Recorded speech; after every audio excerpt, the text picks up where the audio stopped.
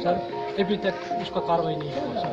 ये डिस्पेंसरी आपके इलाके में होगी, मुलाजिम नहीं आता मुझे फ़ोन करके बताओ, फिर वो देखेगा या मैं देखूंगा, देगा ड्यूटी या नहीं देगा। सही बात है। लेकिन मुझे फ़ोन करके बताना, फिर देखो ये कैसे ड्यूटी देंगे, ये इनको फुर्सत नहीं आएगी स्कूल।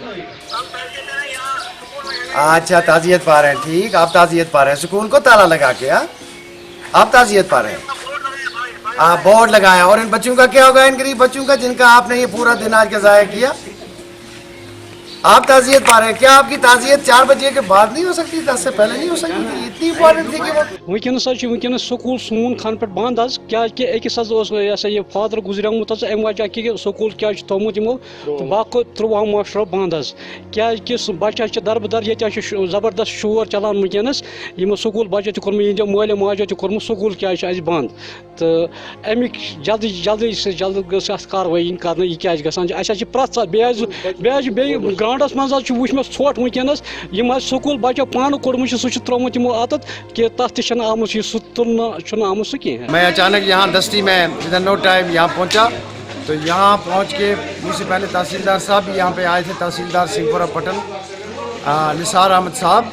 तो यहाँ पहुँच के मैंने पाया कि वाकई ये स्कूल बंद है और ये जो यहाँ का स्टाफ है इनकी बेहद लापरवाही है। This is dear negligence.